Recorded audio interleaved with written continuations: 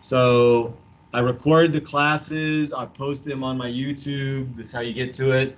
You look up, oh, she didn't finish writing that. That's not my handwriting. Where is my green marker? Oh, she'll fix it later. So you look up Mr. Gill, and then you have to look up algebra, not just Mr. Gill. So you look up Mr. Gill algebra, and then there's a picture of my dog is like the little icon for my page. And every lesson that's important, like some days if we just are practicing, I don't record that. But if it's new, like today's a new topic, I'll record that. Oh, let's see, it gives a transcript saying everything I say.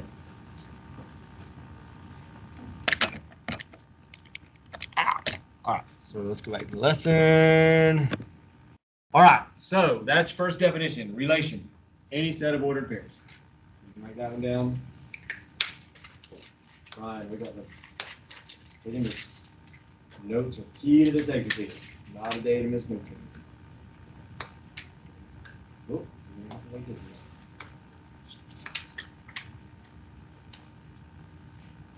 raise your hand if you did not get a packet.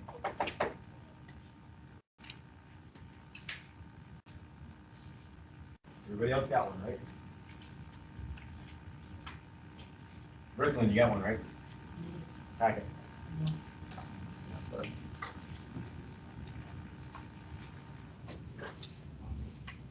No, you lost that option, but you've been told twice. You're lucky not getting a referral for it. Because frankly, this is a referral, so take your one. When I've told you something multiple times and now you're just intentionally doing it, that's a referral. Just so we're clear. So earbuds should be out. Because now I get angry with that. One thing when I joked around with you and you didn't put it up the first time. Now you pulled it out of your backpack after maybe put it up. So that doesn't make sense. So any set of ordered pairs. So what I am going to add to this that I didn't really draw in because it takes a little longer to do that. If that's a graph, X and Y axis, and I make a line on that graph, that's also a set of X and Y values. What a line is. Remember, we said a line is just a bunch of X and Y values, typically that make an equation a true statement. So every point on that red line has an associated X and Y value. So those are ordered pairs. So you may not always see them like this. Just because you don't see them in the format of X, Y, X, Y, X, Y doesn't mean you don't still have ordered pairs. So keep that in mind. I'm going to write one more way that you see them. This is also ordered pairs. So I'm not going to run it all the way down, but you could have an ongoing list of X and Y values that way as well. All of those are ordered pairs. And then there's one more that you're going to see when we watch a little video. Write this down. I'm not going to give you a definition for it. You're going to draw one later. But you can go ahead and have it written down. Leave a little space to draw something to the right of it or below it or wherever you want to do it, depending on how your notes are looking right now. Mapping diagrams of fourth way. So what I'm going to do on the quiz, on the exit tape, I'm going to give you data, or really they're ordered pairs, but it's data, in all of these different formats. And one of the things I'm going to ask is that a function or not? Or really, I think what I do is I put a line underneath it, and you have to write function or not a function. So some of these are really easy to tell whether or not it's function. Some of them are a little trickier. I'd say probably the two toughest ones are these formats, a table, or when they're just in X, Y values. The line, there's a simple way to do it, and then this mapping diagram thing, there's an even simpler way to do it. Oh, and then the other thing you have to be able to do is from these, again, same types of data sets, you have to be able to write what is the domain and what is the range. And that's what we're about to learn right now, is how to do those two things. Is it a function or not? And then what's the domain, what's the range from a set of data? But the first thing you need to know is every set of ordered pair is a relation. So that's a big, huge thing.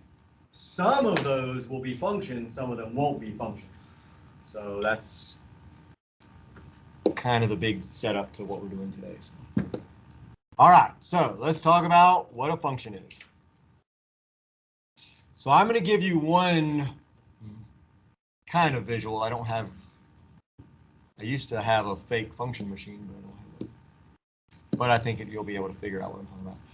What you can write down, I mean, if you want, you can draw that whole thing real quick. It wouldn't take a super long time. But the inputs are your x values. And the domain is also your x values. You need to know that. It's not, the independent variable thing is not super, super important, but input means your x values, and the domain comes from your x values when we do that in a second. First, we're going to talk about what a function is. But no, not right. You got to see this part as soon as we go over these definitions. Because again, this whole quiz is just definitions and understanding the definitions. There's not a lot of, I don't think it's complex at all. It seemed like last class did pretty well on it, so they would probably agree, I hope. And then you could write output is the y values, or the range, well, not or, and the range comes from the y values. Again, you can draw exactly what I've got up there, but you just need to understand the relationship is that the input is the x values and the domain is the x values. The output are the y values, and the range comes from the y values. I'll give you a second to write that. Oh, well, I better erase the rules. Oh, well. I'll write the rules. Yeah, I'm going to go ahead and write the rules right now while you're doing that. We'll do it in red.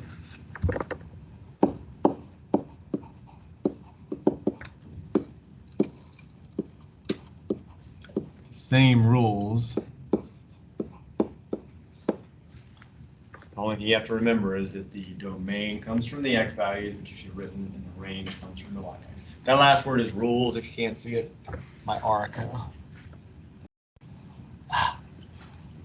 I knew it was going to make it worse, but that's it.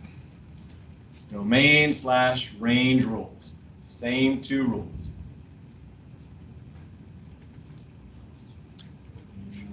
Some people are still writing. Are you done, Damani? Are you done writing? I'm tripping out a little bit. Back hurts. Would it help to stand up?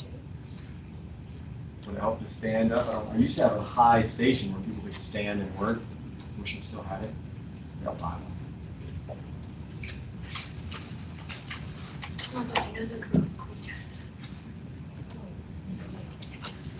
I've seen a bunch of cool desks that teachers have in different rooms and different weird seats and stuff. In my elementary school, they have seating like yoga ball, and they had a grate. And so, yeah, you can, yeah, I've seen those too, yeah.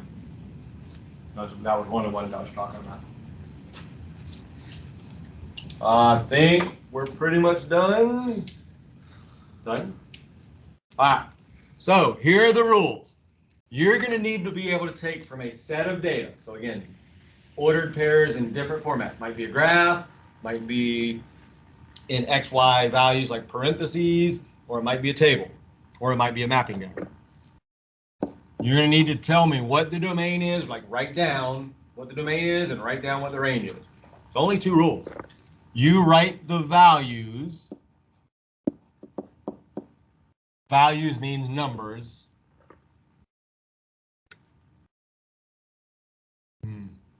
Actually, it's not always numbers. I'm going to just say write them. Sometimes it's not actually numbers. Write them in order. Although I guess if it's not numbers, you can't really put in order. From smallest to largest. That's the key. One of the keys.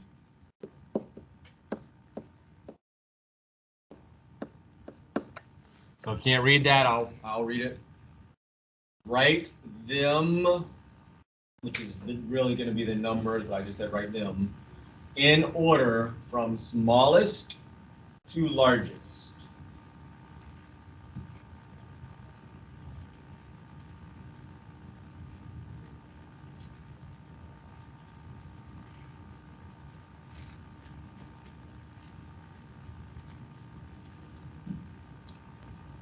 a second, write the other one up.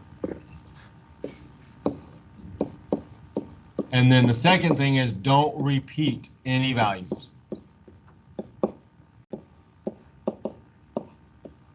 Again, values is like numbers.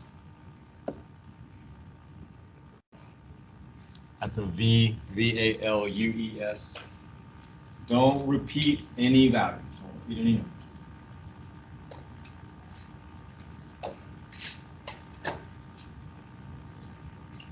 I think I'll do a little different than I did in the last class.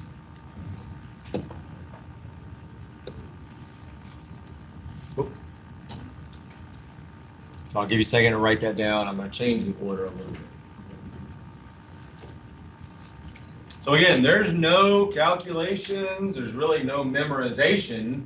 You're going to have that note right in front of you when you take the quiz, since it's open note. You just got to remember three things. When you do the domain, comes from the x values. When you do the range, it comes from the y values.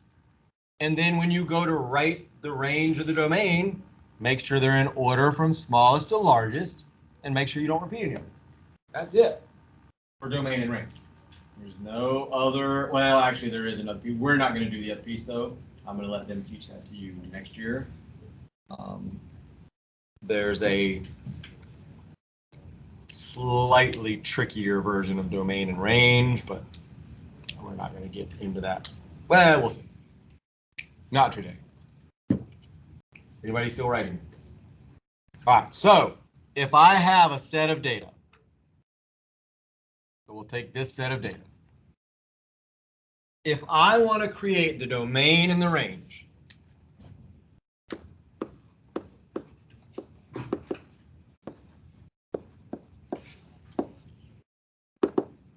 where's the domain come from? Where's the domain come from? Independent variable. Which is what? X. The x values, right? So if I look at these sets of ordered pairs, I've got a whole bunch of x's and y's. And then down here, a whole bunch of x's and y's.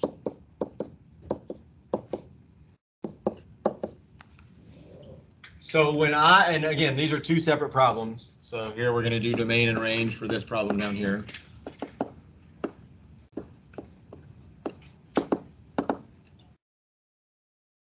Normally, by the way, when we write this, we'd use these little bracket things, like you'd put brackets around all the numbers. I'm not going to worry about that. Like you're never going to have to worry about forgetting to do that, because on a quiz, on a multiple choice quiz, they'll already have the brackets. Like they're not going to leave the brackets off and make that a mistake. And I'm not worried about it on my quizzes. So technically, though, you would show a set of data with brackets around it when you wrote these out. If I'm getting the domain, I need to look at the x values. You can even underline them all, whatever you need to do. There are my x values. That's the first part. Now I just write them in order from smallest to largest, which in this case is pretty easy because they're all positive. So I have 0 is the smallest one, 1, 2, 3. That's the domain. That's it. Simple as that.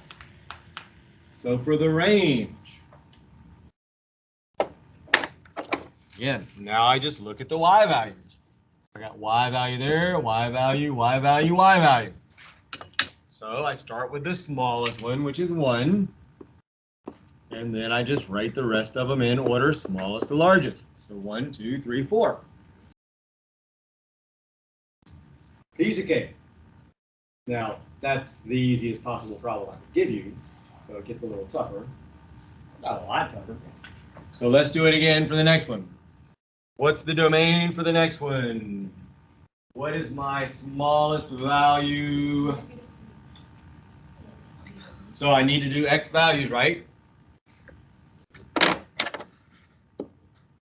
I look at all the x values.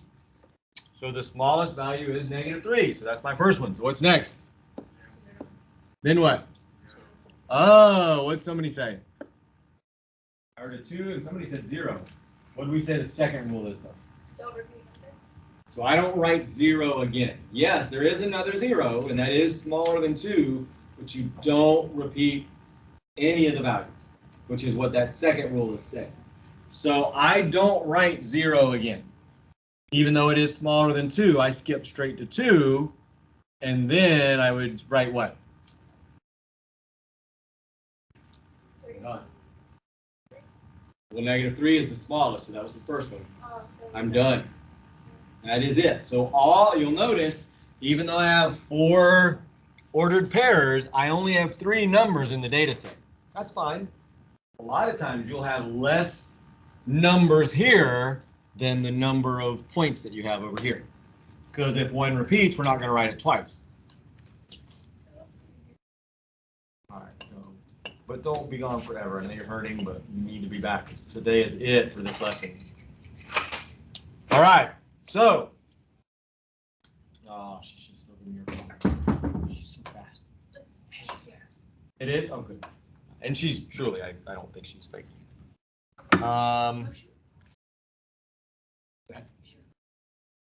Yeah, no, she's definitely, although it seemed that way when she walked in, so I don't know what's going on back. Or maybe it's something else. So what do we do for the range then? Smallest number is what? 0. Yeah, smallest number for the range is 0. No negative numbers. So I'm going to underline all the Y's. So 0, then what? And then that's it. That's the range. Again, only 3. Yeah, in that case, they were in order. So there's only 3 of them again, because we repeated a 0 again. We don't write that twice. That's it. Like, that's domain and range. Now, what's going to be tricky, 2 things. You're going to get some domain and ranges that have negative numbers. How do we tell which number is bigger than the other if you're dealing with some negative stuff? I mean, hopefully you just know it. But let's say you're a little shaky on which number is bigger or smaller when you're dealing with negatives involved. I just think of like a number line, maybe like negative and a positive number. Exactly. Oh. So I use the vertical number line. So think of like a y-axis, right? We did the same thing when we were doing comparing inequalities. Which number was greater than the other or less than the other? If you need to order them, whichever number is the lowest will be the first one you write, and then the other ones you'll just think, okay, which one comes next as I go up.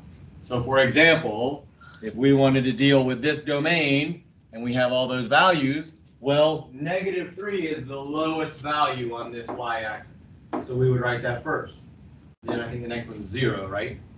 Yeah, so then as we went up, we would hit 0, and then we would hit 2. So when you're trying to figure out if a number is smaller or larger, use the vertical y-axis, and the lower it is, the smaller it is.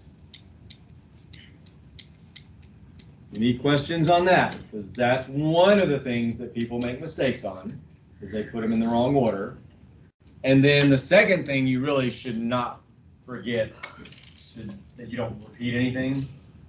I don't see that happen a lot unless somebody really truly wasn't paying attention. Normally people don't repeat stuff. So the bigger mistake is going to be not having the negative numbers typically in the correct order. The second thing that will be is you're going to have all of these values sometimes in different formats. They're not always going to be in ordered pairs like this. So you've got to know how to pull that out from a table or from a graph. Like if I just give you a bunch of points on a graph, like for example, there. If I just give you that, actually, let's do that. Yeah, we'll do that right now. That's fine. So if I give you those points on a graph, I got to figure out, all right, well, what is my smallest x value all the way up through my biggest x value, and I got to write those in order. What could we do? How would you do it?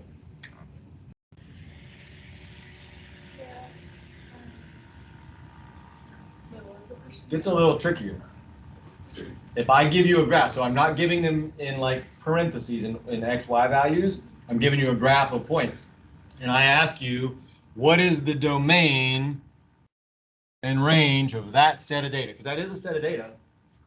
It's still X and Y values, but it's just points on a graph now. It's not already, they didn't give you the numbers already. So go on the find like say what's the greatest -1, 0. If it's like well that's this one's easy since it's on X, say -1. As you, are you doing the domain and everything? Yeah. And then like get all those numbers and then put them in order and then do the same. I don't know how to explain it, but I know how to do it. I think you're in good shape. So here, let's talk about the options. I'm going to give you two options. I don't care which one you use. One's a lot faster. I'll tell you that right now. I could, because are you comfortable with what we just did? Like, is everybody like, yeah, I just take all the X values, I put them in order. Yeah. Then make all these into points. What is that point right there? What's the X value and the Y value for that?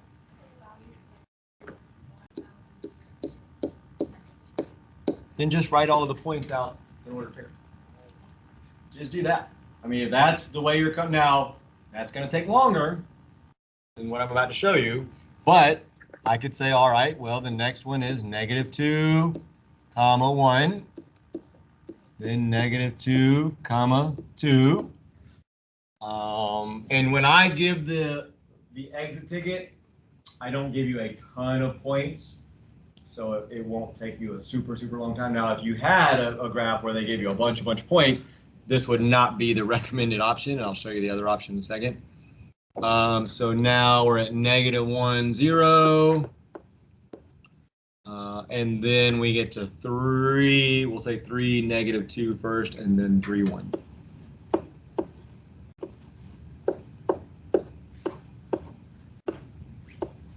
So you could write them out. Now you have your X's, you have your Y's, do the same thing we just did. Make sure you put them in order smallest to largest. Don't repeat anything. And there are some that get repeated, so just make sure you don't repeat them. Is it just kind of like slower? It is, did you say isn't it slower?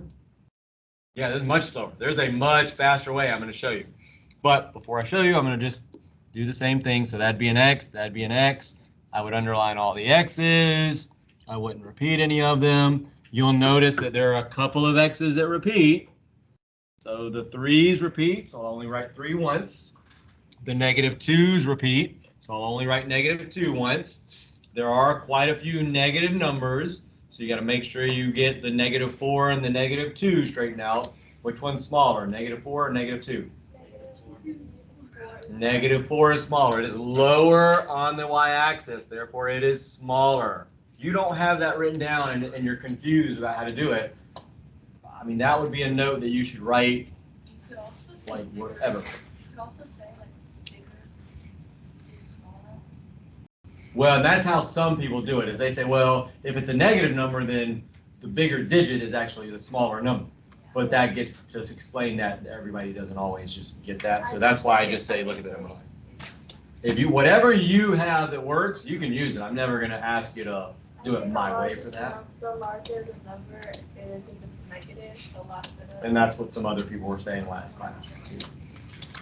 So same thing for Y's. We do the same process. Some of the Y values, I think some of them also repeat. So we have a 2, a 1, a 2, a 0, a 1. So some of those repeat. You put there no. Actually, yeah, there should be negative. Why don't I have any negative Y values? Oh yeah, I do. -2. There's a negative Y value. Just that one. So there's a -2, but I didn't write another -2. Oh, this one, yeah, this one should have been a -2 right there. Totally forgotten that. So that was a -2 there. So again, you just make sure you wrote the -2 first, then make sure you don't write it twice because it does repeat, but we don't ever repeat it when we write the range out. And we do just exactly what we did. But I'm going to give you the second way, and then you're going to actually write the domain and range. Domain is made up of what values? Everybody's already forgotten. What's the domain made up of? X values. X values, right? Yeah, use your notes. Today, this is the time to practice using your notes. And we have to order them from what? Wait, no. Smallest to largest, least to greatest, Largest. same thing. The same thing. So isn't it true if I think of a number line, right? An X number line. So here's the X-axis. As I go from left, aren't these the smallest values over here, right? And then I'm getting bigger. So as I go from left to right, isn't it automatically getting bigger as I go to the right? Yeah. Nice. You don't understand that? It's okay to ask that question.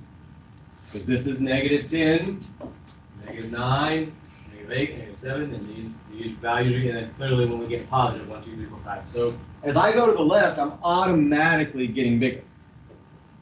So if I just start with my points and I start on the far left, so again, x-axis is this axis right there. If I start all the way over here, and if I just figure out what is the x value for the points as I go to the right, that's my domain. And then just make sure you don't write it twice. Like if you have two x values like right here, don't write it twice. But my first x value as I go to the right, what is it? -4, right? Because here's my first point, and it lines up with an x value of -4. So that would be my first domain number. What's my next x value? As I go to the right. Yeah, here's my next point. So this is the first point I was talking about. Then the next point I hit is that. Well, that's a -2 for my x value. What's my next x value? As I go to the right. Yeah, this point right here. That's the next point I hit. That is a -1 for my x value. So as you go to from the left to the right, you're automatically going smallest to largest. So it takes care of that. Just make sure you don't write one down twice. So I don't need to write -2 twice right here. When I see 2 points, just pick -2 and write it once. And then keep going. And then I get to the +3 down here, which would be my last one because I don't need to write +3 twice either. And there were no other points anywhere else. No points in here, no points out there. And then you would do the same thing for the y values, except you would start where? Not on the right, because that's still x values. I'm talking about y values now. Start at the bottom of the y-axis, because these are the smallest y values down here, right? This is the bottom of the graph. That is the smallest y value on that graph. It's always the bottom of the y-axis. So start at the bottom of the y-axis, go up until you see a point that is either directly left or directly right. So the first point I have is right here. Well, what is that at? What's the number there? So that's my first range value. That's my first y, -2. And then when I go up, what's my next range value? 0. Yeah, it's a little tricky on this graph. Mine, I think on the quiz is much easier to tell, but this is the y-axis. I'll make it in blue so it stands out a little bit. So where they meet is 0, 0, which means that's at 0. What's my next range number? +1, right? Because I go up to the very next one, and then I have points either left or right, actually both. I don't write one twice. I just write it once. And then I go up one more, and my last value would be +2. And then there's no points above that, so my last number is +2. So I want you to do the domain and range real quick. I don't care which one of those ways you do it. You're going to have stuff to practice, so don't worry about copying that graph down. You can just write the answer. No, yeah, because you'll practice anyway, so that's fine. Even if you don't do this one, you got plenty of practice.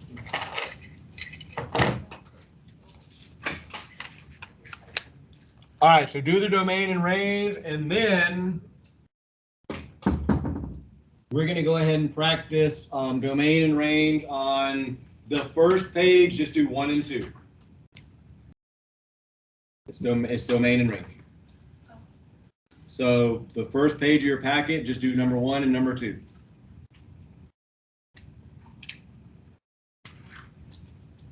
Actually, tell you what, do 1, 2, 3, and 4. It doesn't ask you for the domain and range on 3 and 4, but I want you to do it. So you're doing on the very first page, 1, 2, 3, and 4. What are the domain? What are the range?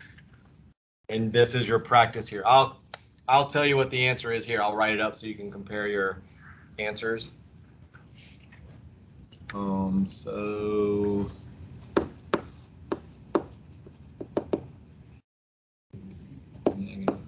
4, 2.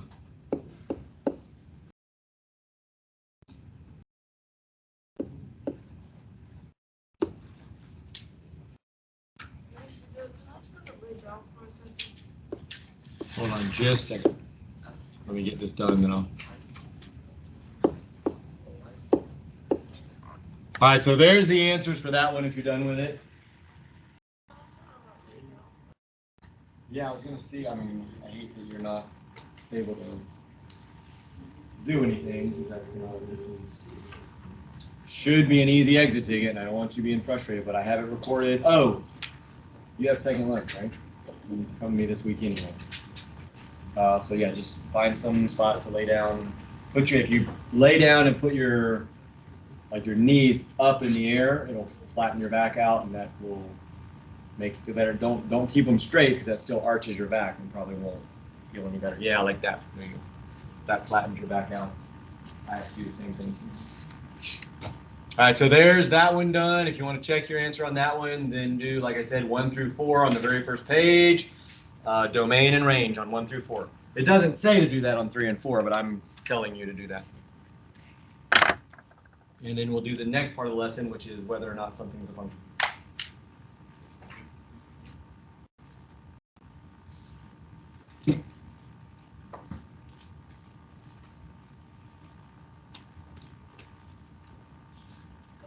Missed a whole bunch of first pages.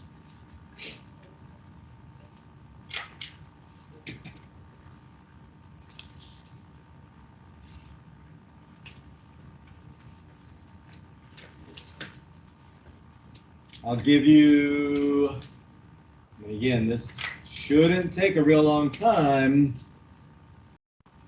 So I'll give you, I'm going to give you 5 more minutes. You don't have to write anything down from the worksheet, so that shouldn't be particularly long. Some of them are pretty easy. The only one, 3 and 4, are the only ones that may take a minute. So we're doing, I don't know when you know, we're doing 1 through 4 on this sheet. You're just pulling out the domain and range, yep. And I gave the answer to that one if you did that one already, so you can compare your answers to see if you got it right. I think the hardest thing is when you pull out the domain and the range from a graph. So like there are some of those that you'll practice on in that packet. Oh, shoot. If you don't have the first page, if the first page doesn't say 3-1, then you're missing a page. Sometimes it didn't staple. So look at your first page. 'Cause I see Daniel, I think you're missing it unless you folded the first page over. Daniel. I think you're missing the first page, bud.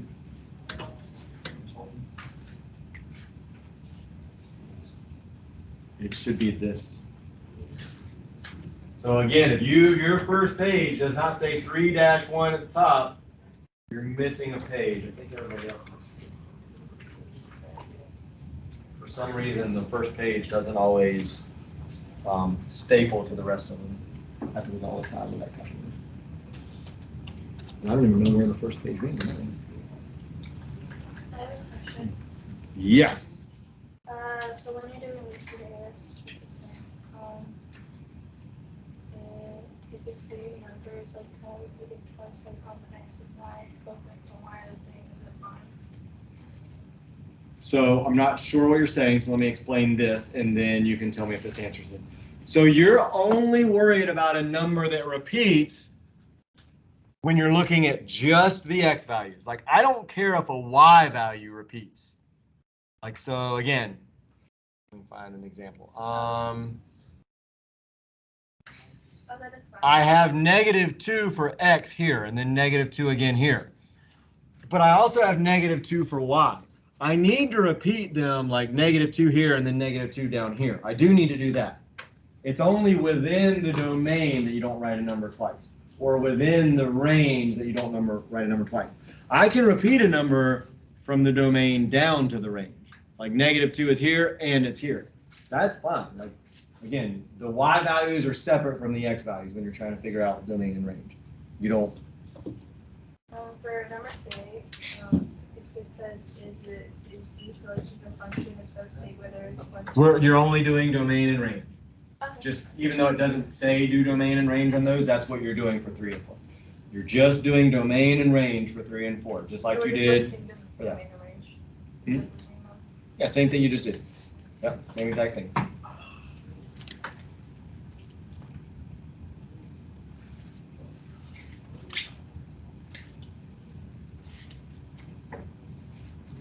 We'll get into what a function is. I'm not super concerned about the one to many and many to one anyway. I'll tell you what it means briefly, but it's not something I'm going to quiz you on. You'll need to know it next year, but I'm more concerned about the kind of like the core part of what domain is, what a function is. There we go.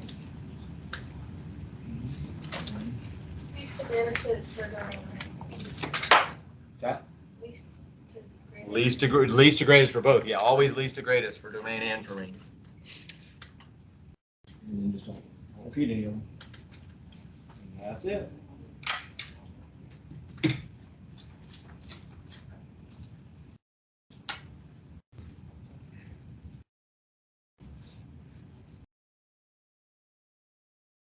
Is 0 in the middle?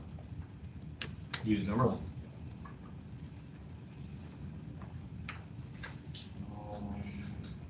-4. What about you need to put a under your back? Rolled up blankets in there, putting something under your back. Even if you just want to put something under so you're not laying on a hard concrete floor. Is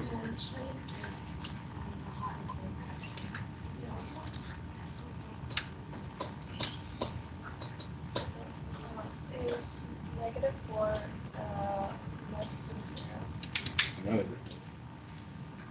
you're the one that was explaining how to tell earlier. So yeah.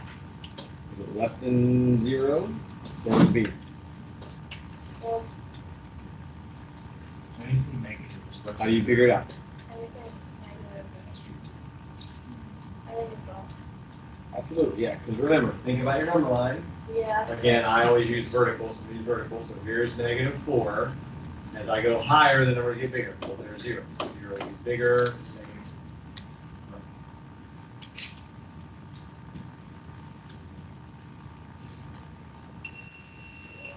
All right. I'm not going to walk around. I'm hoping you're doing this. I feel like you are. But I told you that's why some of the grades are going to be better on the exit ticket, because I feel like you guys have been with me. If I ever walk around and you're not trying it, that's when the exit ticket grading gets a little bit less in your favor. So I'm not going to walk around, so don't try to burn me on that, meaning keep working. And I'm not going to walk around. All right, so let's talk about we are going to go over them, though, so you can check your answers. I want you to have the correct answers on your pages. All right, so I already gave you the answer here. So let's talk about one. I think I have, let me see if I have, I think I have this in the,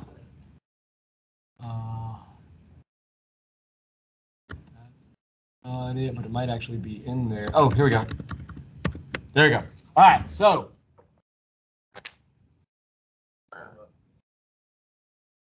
Oh, I think it's on, I don't know why it's on the right side. It's weird. Normally it's on the left.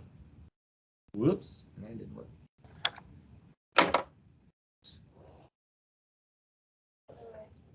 I know.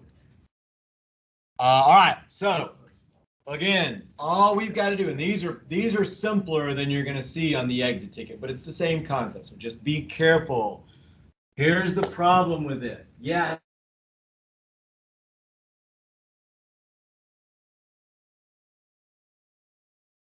Two is lower than -7 or something like that, which isn't, I'm not talking about these problems. Huh. Well, there is a -7. If you do that, it's all wrong. One thing out of order means it is all wrong. So be careful. Don't rush through. Go back, double check the order. I'm not going to give you credit. Say, oh, well, that one was in the second position and that one was in the fourth, but this one should have been. No, one of them is out of order. It's all wrong. So be careful. So what'd you get for the domain on the first one? 3. Lowest number would be 3. Yeah, kind of already in order, isn't it? That one was really already in order. Wasn't a whole lot difficult about that one. You'll notice that is the case. Sometimes they put them in order already, even though they ask you that question, which I think is dumb. All right, what's the range? 6 again is the smallest, already in order. 7, 9. Yeah, we don't write 7 again. That's the only thing you had to watch out for there. Just don't write the 7 again. So that was a pretty simple one there. What about number 2? -3. So again, they look like they're pretty much already in for the domain at least. Smallest to largest. The y is messed up though. Y. Yep, Y you have to be careful on though. So domain was just, they were already in order. So that was pretty simple. -7. And then -5, 4, 5. +4, yep. And then 5, and then 9. So there, check your answers on those. If you got all of them right, you were good. If you missed even one number, then it was all wrong. There is no partial credit. Well, I say that. If you got all the domain right, but you missed one in the range, I'd still give you credit for the domain. So it's just the range would be completely wrong. So you do get partial credit in that sense. You can get the domain correct, but the range incorrect, and I'll still give you credit for the domain, or vice versa. What about number, I could probably still do this down here, yeah. What's the domain for number 3? That one gets a little more complex. -4, -2, -1, and +3. Oh, I didn't do this, but if you're, like, if you need to, like, if there's a lot of numbers like that, and you need to separate them out, like, identify all the x values somehow, like, circle them. So that's an x, that's an x, that's an x, that's an x, that's an x. And then identify all the range values by underlining them or something like that.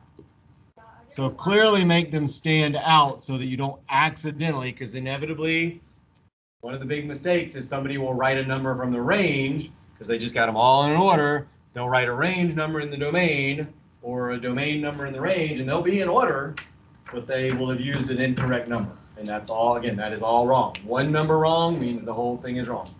Well, and number 4, numbers repeat for Well, let me finish the domain and range over here real quick. So -4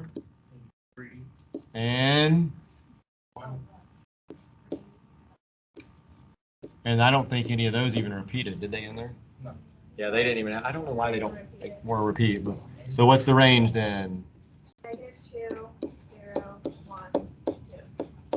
Everybody agree with that? -2, 0, 1, 2? I think she's doing a different one, maybe. We were doing the range for number 3. What'd you have for 3? That's what you had for 3? Those are not. Yeah, I think you're looking at She's something doing number else. 5. Oh, I'm sorry. Yeah, I'm still on 3. I'm just right. We didn't have to do number 5. You were doing 5. Good catch, Ryan. Look at Ryan all over. So what's for number 3? What do you have for the range then? There you go. That sounds better. 4. Everybody agree with that? Yeah. -11, -8, 4, 5, 7. Did they repeat any of those? No. They didn't repeat any of those either. God, I hate it when they do make it so easy. The next one they repeat. Are you good on that? Yeah. All right, go then. Trade your phone out for the pass. No, don't put that in your pocket. Yeah, sure you were. Sure you were. I'm not. Oh boy, I guess I do need to write it down. All right, I'm gonna write it down. What are you talking about? He's talking. Well, I wasn't even gonna write up the answer for number 4, but I need to write it. Because I feel like we're good, but as soon as I start to think we're all good, and I don't do something, then I grade exit tickets, and we were not all good. Oh, I hate it when it does that. So that's a question. All right, hold that thought. Hold the phone, hold the thought. I'm trying to figure out how I can do this. I guess I'm gonna have to squeeze this in. And since I have a graph blocking me out and I can't use that, I'll have to squeeze it in there. So what's the domain for 4?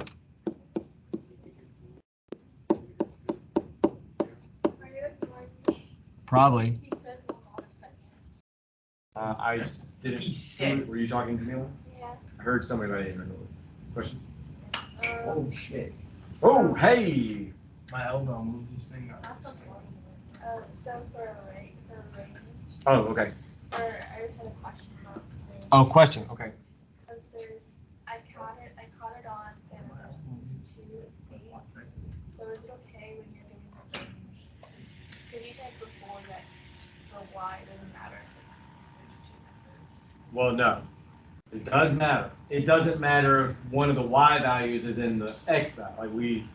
That's what doesn't matter. Within the range, you don't repeat anything. Okay. Within the domain, you don't repeat anything. Then it's But you might repeat one across the domain in the range. Okay, then it's 1.8. Yeah. So what was it? 1 was the lowest? Yeah, just 3 in that. Yeah. So. Because 8, double means it's Yep, 8 and 4 both were repeated, so we don't repeat them. Correct. All right, and that was the range. So that should be your range for number 4. So if you were good on those, and you're in pretty good shape, there's one version. Again, the graph is going to be the most difficult version. You can go after, although. What's that? My wall bottle. As soon as you copy all that down. What in the world is that? Oh, I know what that is. Awesome. How do we do the graph like this? I hate this.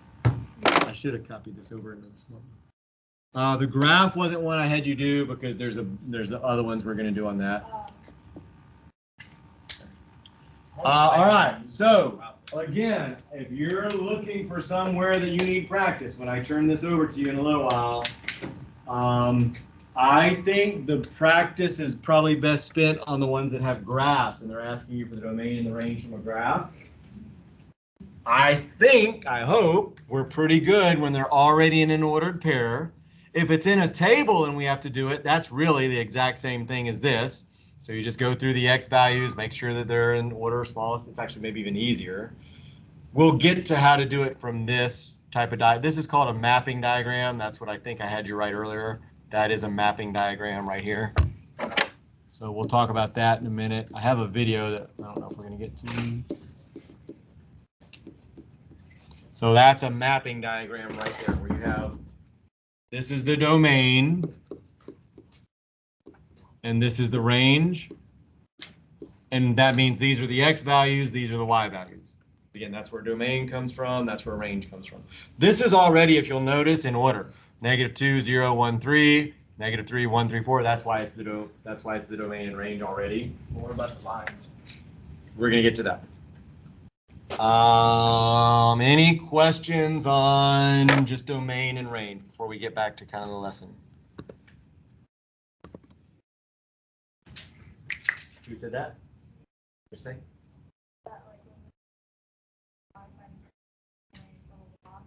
It's always left to right, X, Y. When you write them down, you mean? Yeah. Yeah, you write them left to right. You should put brackets around them, but I'm not super concerned about that. So we just did a bunch of those. I'm not going to do that again. We still have to talk about, is it a function or not? I think. So really quickly, let's talk about these diagrams.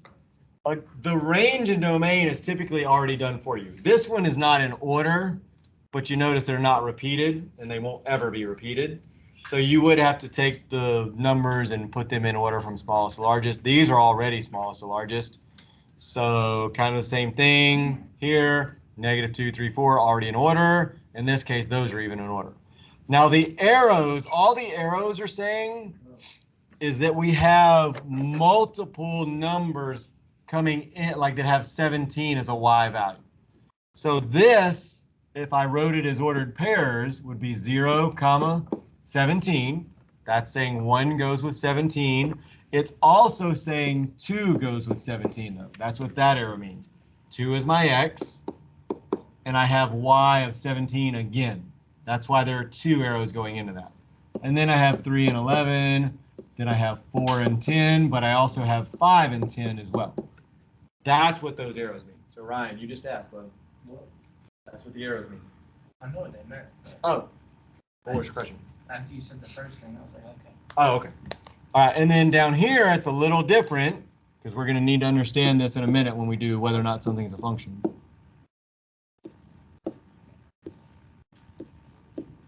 And then 4, 8 would be my last one.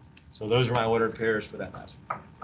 All right, so now we got to talk about what makes something or what makes a relation, so a set of data basically, a function or not a function. So we're going to go back to the function machine. Whoop, that's it right there. So first of all, this is completely separate from domain and range. Don't try to get anything mixed up with domain and range, whether something's in order, smallest to largest. What I'm about to tell you for functions is for functions, for whether or not something is a function. Because that's what you need to be able to do, is identify whether or not, that's what this means on the exit ticket. You have to identify whether or not something is a function. So I'm going to give you like 4 or 5 or 6 sets of data. It might be in ordered pairs, it might be in a graph, it might be in that mapping diagram, and below that, you're going to write function or not a function, depending on whether or not it's function. That's exactly how the exit ticket's set up. So when we go through it, if you're good with that, then you're in good shape. So now here's the part where you got to imagine my function machine. That's what this little diagram is. That's my function machine. My function machine only spits out functions working properly. If it's broken, then it doesn't spit out functions. You might not have a function. So here's how I tell if it's a function or not. Sure, I'm protecting those ears. I don't have anything to look. No. I don't have my AirPods. All right, so it gets confusing, but it really is a simple rule. Like, it's one rule. If I put a number in as an input, remember x is the input. So if I have an x value and I put my x value into my function machine, I'm going to get out a y value. That's what an ordered pair is. So if I put in 3 and I get out 7, it makes an ordered pair of 3, 7. So when you see ordered pairs, x is the input, y is the output. If I put in 0, I might get out 3. X was the 0, y was the output, the 3. So here's what you need to test to see if something's a function or not. And again, you're going to write this down, so it's not really memorizing it. If I put in, as long as I put in an x value, doesn't matter what the x is. Could be the same x, could be a different x, doesn't matter. Once I put it in, I have to get the same value out every time, if it's the same x. So let's think about those two values. I put in a 3, I got a 7.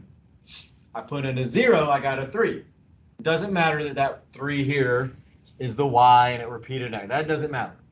All that matters is when I put in an x value, I better always get out the same y value. So if I put in 3, what should I get out? What did I get when I put it in the first time? 0. No, my input is x. My input is x. 7. So again, let's talk about that. 3 is my input. So I put in 3, I get out 7. I put in 0, I get out 3. If I put one of those numbers in again, I better get the same number out that I got the first time. So if I put in 3, what should I get? No, 7. I put in 3, I should always get 7. This isn't an actual machine, so what do you do? It is a machine, it's my function machine. I know really it makes makes sense. Stop disrespecting. It still doesn't go in that class. Doug. Because, like, it's not, like, do you have a function machine with you right now? It's at home. Oh, then you should definitely, like, take a picture of it and bring it. Then how, like, it doesn't put it in where? Into the function machine. And imagine it, it's an imaginary function machine. That's what a function does. So where, how are you gonna get it out? Where are you gonna know? It produces, that's what, why are you stuck on this it's an imaginary thing. Like, it doesn't, like, say you have 3 7s, Or 37. All that matters is this is the, no, this truly is what X is an input and Y is an output. So think of an experiment then. You put an input in and you get a result, right? When you do an experiment. That's all I'm saying. My function machine is the experiment. You put something in, you get a result out. That's all I'm saying. Yeah. Have you ever done an experiment? yeah, but it's just doesn't Give me an make sense. experiment you did. Let's think about it. Okay. What's an experiment? Yeah. I was just going to think that.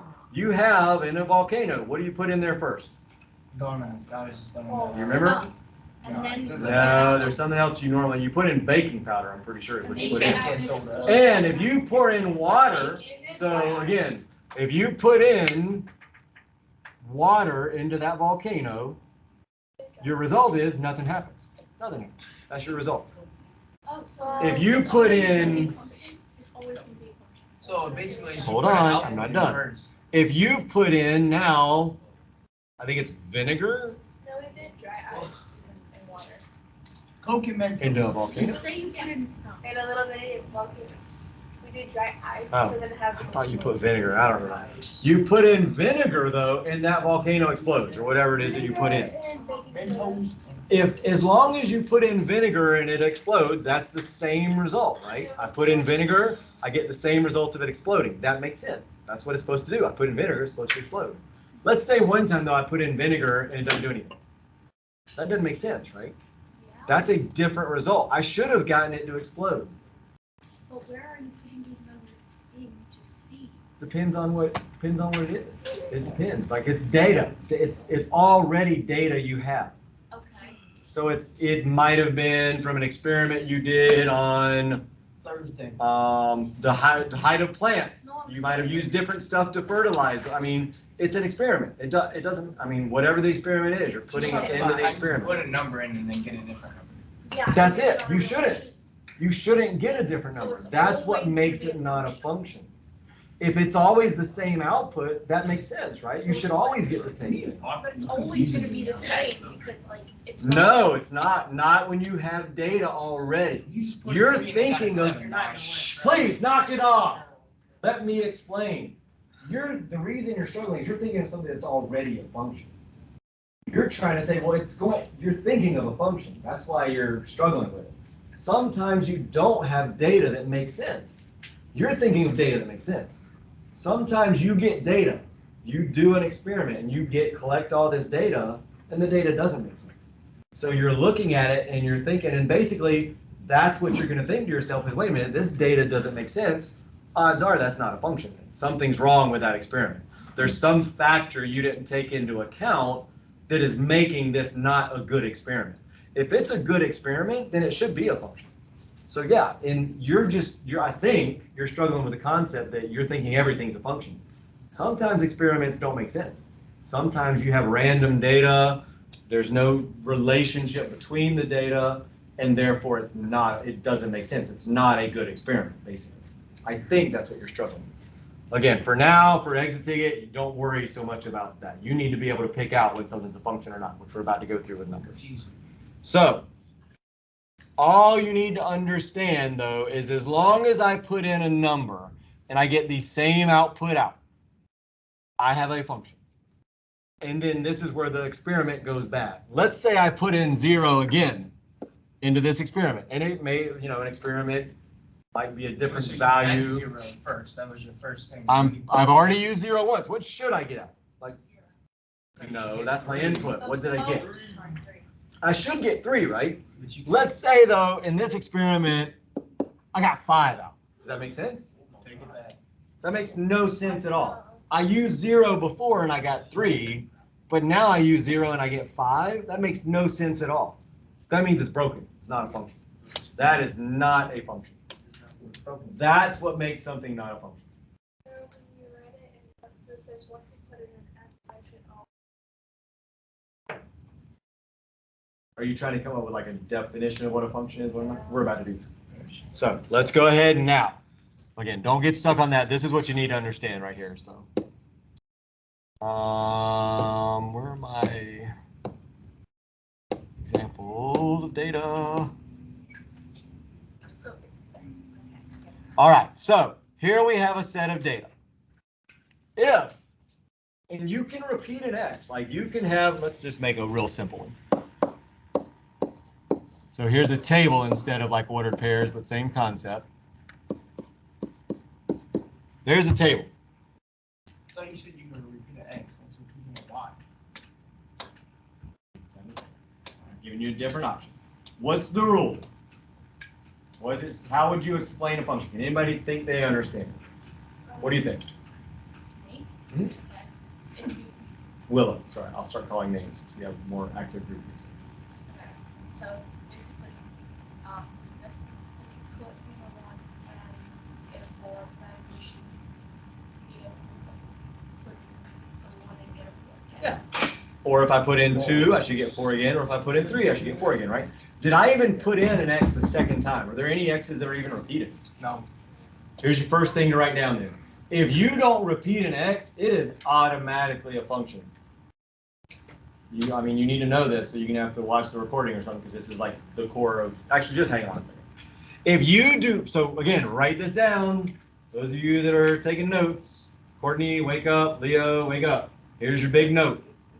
If you do not repeat an x, if you don't repeat an x input, then there's no way you can have a broken machine. You never even repeated something to get a different value out. Like, there's no way I could not have a function. Like, the only way to have a function is to have 1 and then have a different number here, or 2 and a different number, or 3 and a different number. Well, I didn't do that. Like, I don't even have a different x value to say, oh, that's got the wrong y value in it.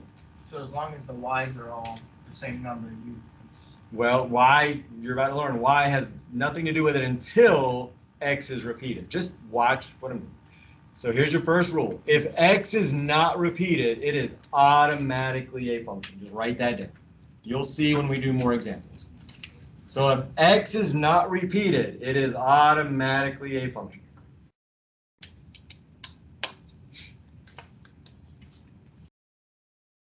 it's not a function. No, it is. It is automatic. The only way you can not have a function is if you have an x that's repeated, which we don't have. And if it repeats, it might still be a function, but we got to check something real quick. So that's automatically a function. I don't care if the y's repeat. That doesn't matter. It's if the x values repeat and then something else happens. So now let's say we have a different set of data, but a pretty similar set.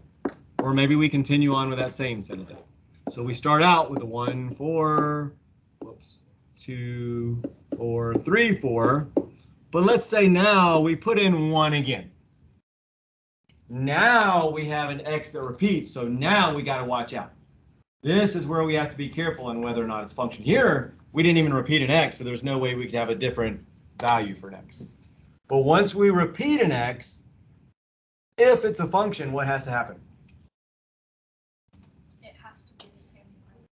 Yeah, if we put in 1 and got 4, we better get 4 again. That's what makes sense, right? We already used 1, we got 4. If we use 1 again, we better get 4. That just makes sense. So if I get this instead, what's that mean? It's not a function. That means it's not a function. Doesn't make sense. I didn't know, but like, it's not that I didn't get a, I thought everything was always a function. I just thought like, I was like, how are you supposed to get out a number if this like function machine isn't real? But now that you're like actually doing that instead of like, now I'm doing Right. The function machine just it's whatever data you get, whatever experiment you do, whatever, like you might be tracking basketball stats. That might be your function. Like you might have how many, what would go together, how many shots they take combined with how many points they score. I mean, that theoretically, the input is how many shots, the output is how many points, depending on how many they make. So it just the set of data is really the function machine. Like, and then your inputs is your x's and your outputs. Yes, ma'am. So I almost forgot what I was saying.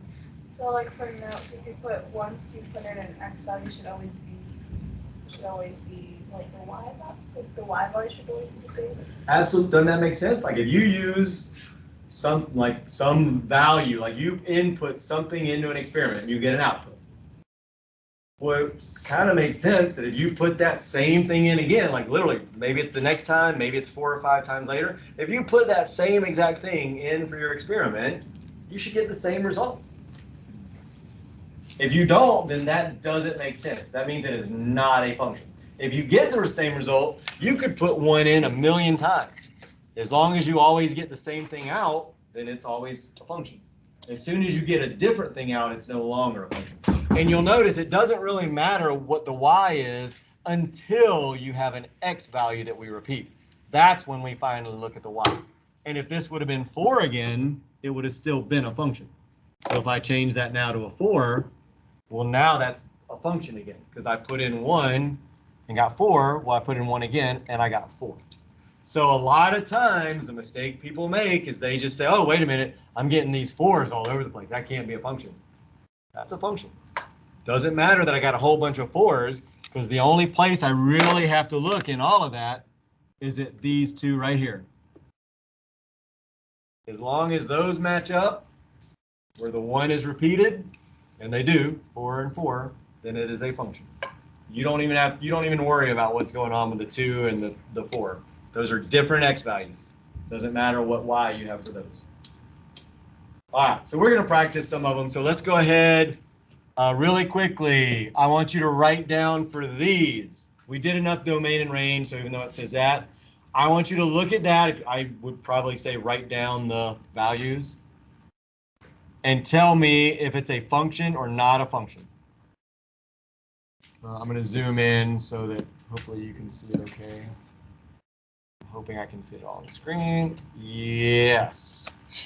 Now these are decimals, so it might be a little tricky to see, but mainly this one. I mean, if you can get one of them, hopefully you can get pretty much any one. We still have to do how to do it from a graph.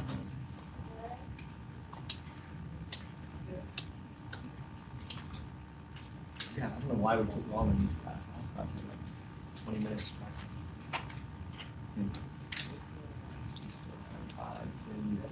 15. So again, I would write down all of those on your paper so you understand where you're getting your final answer from. But like, write 1,8, 5,3, 7,6, 2,2, etc. I would do this personally. I would go through and look at all of the x values, and I'd look for an x value that repeats. Because if no x values repeat, then what's true? It's automatically a function. So if no x value repeats, I'm done. So I would say, okay, well, here's a 1, 5, 7, 2, 8, 3, 5. Finally, 1 repeats down here, right? That's the only one. So really, this is all I got to look at in this problem. The 5 and the 5, those two ordered pairs. And then I ask myself, what? Is the y output the same? Yeah, it's the same. If it's the same, then it's still a function. If it's not, then what?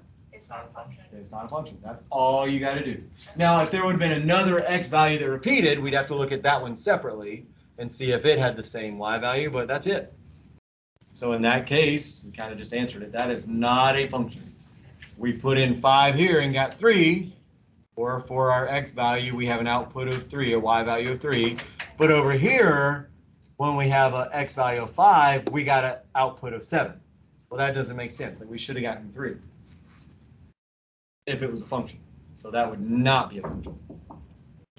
I'm going to move. Well, actually, tell you what. I still got to do how to do it from a graph. All right, really quickly, we have 2 other versions that you're going to need to be able to determine it from. I think they're pretty easy. If you have a mapping diagram, this is the easiest one of all to tell. Here, I'm going to zoom out so you can see both of them. If you have a single arrow coming off of every x value, which we have here, right? Single arrow. Now they're going into the same number sometimes. That doesn't matter. Again, I said don't worry about the y values. You're mainly looking at the x's first. Single arrow means every x value is different. So that means this is a function. So a single x value, or I'm sorry, a single arrow coming out of an x means function. Here, though, you'll notice we have 2 arrows coming out of the 3. Well, that means we have a 3 and a 6, but then the next time we get a 3 and a 7. Just like we said, that doesn't make sense. We put 3 in, we should always get the same number out, but we didn't. One time we got 6, one time we got 7. There's a video on, I'm not going to get to it, there's a video on a vending machine that I actually like, but I don't know why we're so... So a single arrow coming out of the x value block is an automatic function. Yeah, because it basically means we are using different x values for everything. Pretty much. You might still have a repeated one, but from a mapping diagram. So what about for a graph? If you have a graph, there's something called the vertical line test. So write this down. This is how you tell from a graph.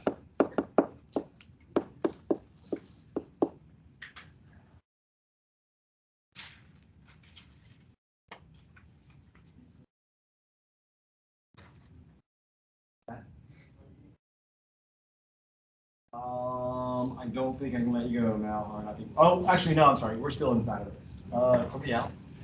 Yeah, you can go. So if we have a graph, you could do this same thing and try to figure out the ordered pairs and figure out, if you have the same x but a different y. But really, there's a much easier visual way to do it. If you take some kind of a vertical line, so like the edge of your paper, a pencil, whatever, a card, or what's it called, like some kind of card, like, I don't know if you have a credit card, but if you have some kind of school ID or something, take that and you go back and forth, left and right over the line. And remember, the only line on here is the red line. The y-axis and the x-axis are imaginary number lines. So if I go back and forth over that red line, right, there is no point where I'm hitting that line twice. I'm never hitting 2 points at one time. That means it is a function. I'm going to give you another example if you're confused. So here's what you need to write under vertical line test. Under vertical line test, right?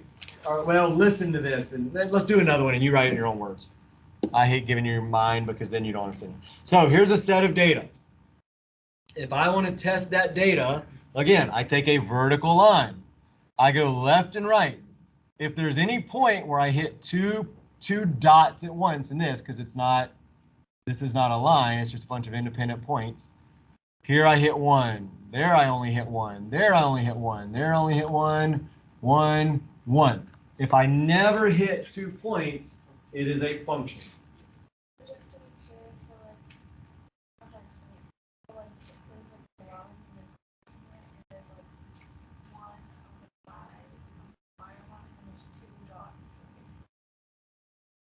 I'm going to give you some examples of something that aren't, and then ask me if you're still not sure. All right, so let's look at this one. So now I take a vertical line. Oh, this is continuous and discrete, by the way. Continuous just means there's no breaks in the data. Like it is one smooth set of data. Here we got a whole bunch of breaks. Like there's gaps in between all of those points. So that's discrete. You just have a bunch of individual points. This is continuous. No breaks in the data. I'm not getting into that a lot in this class, but you'll see something like that next year. Just continuous is an easier one to remember because it's literally like one line. Discrete is a tougher word to remember, but they'll go over that again next year. So now if I go left to right, uh-oh, I know, you see that? Let's see if we can bring that to the front. There we go. So now when I go left to right, there is no point on that curved line that I'm hitting twice. No point. That means that is a function. Now let's say I all of a sudden did this. Put 1 point right here.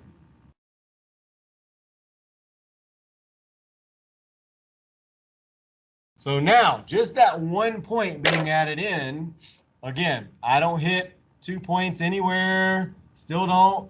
But as soon as I get to that one point, now I'm hitting that point and that point at the same time. That is now no longer a function. All it takes is one spot on the graph where you hit 2 points. Now, on some graphs, you'll hit it a whole bunch. Like, there's a question, I think, somewhere on your thing, and they give you a circle. Well, if you go left to right over a circle, you hit 2 points all over the place. So that's definitely not a function. But it only takes one spot. So here, I hit 2 points. So you can go ahead now, work on whether or not something is a function. Look at 18 real quick. I'm just going to tell you, 18 is a function. It's your second page. It looks like maybe you're going to hit 2 points, like kind of in the middle at the same time for those curved lines. You don't. Those curved lines are turning up, and they're never going to be, one's never going to be directly above the other. That's kind of a tricky one, but I don't make it that tricky. So I want you to do these problems. I can find the page. Here we go. So those are the problems right there. If you want to write them down real quick, either on at the top of the first page or the bottom of the first page or somewhere. Is it the third page? Or like the function first page? Yeah, so this is the first page, 3-1, and then the second page and third page and fourth page. They don't. I pulled this from different sources because, frankly, I didn't like all of the problems, so I was only going to make you do a few from each page. I don't think I have the first page. Yeah, that's what I was saying earlier. Some of you didn't get the first page. Yeah, you do. It's 3-1.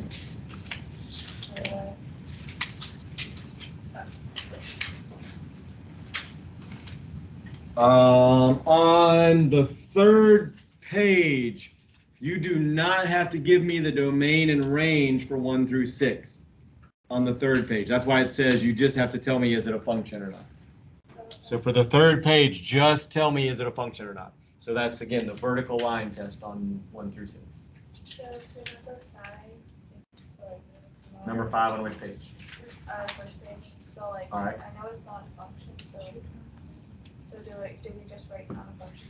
Well, yeah, we've already done all the domain and range stuff, so just focus on whether or not something is a function, unless you want to practice domain and range, which that will be on the exit ticket on Thursday. If you know it's not a, actually number 6 is a function, by the way, I'll just tell you. Okay. Number 6 is a function on the first page. Again, it starts to kind of curve up, and you might think, oh yeah, I'm eventually going to hit 2 points, but you never do. Curved lines that start to turn vertically, you'll never hit those twice.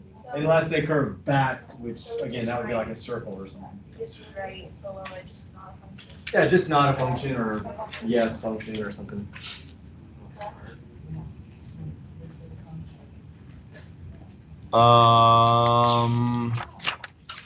So again, you're only doing 18 through 21. Is it a function or not? Then on the third page, you're only telling me if those are functions, yes or no. The last page, you should really be able to do all of that.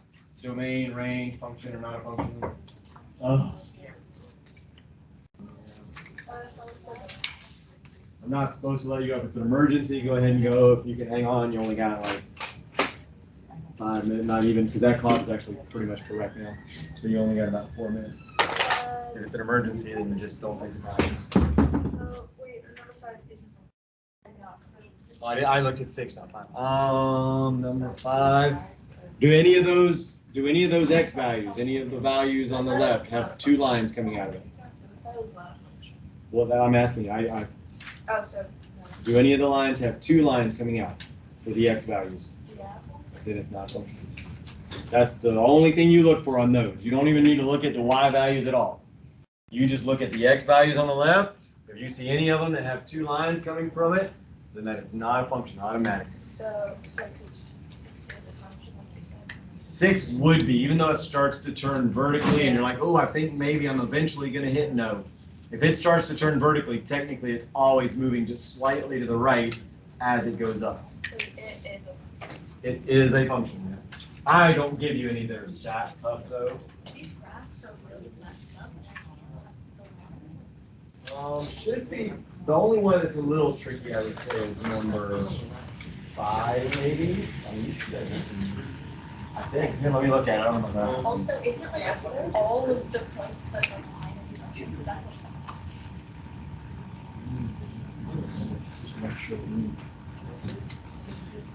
there's more than 6 points.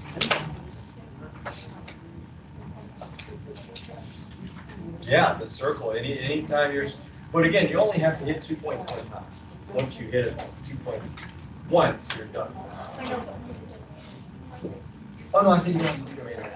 I said you're, yeah. I see what you're. Yeah, that's why I said for those, just do is it a function.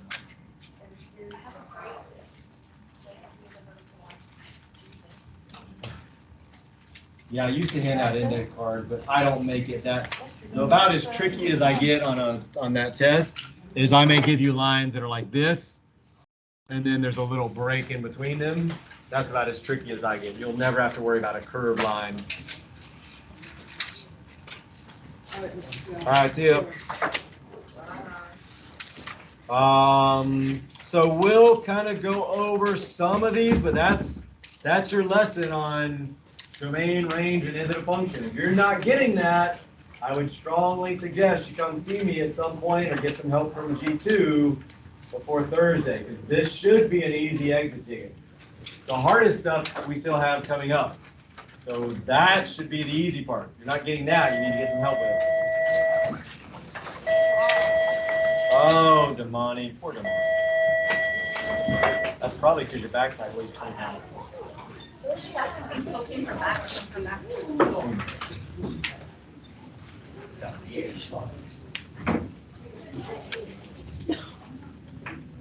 Oh, I gotta stop the recording.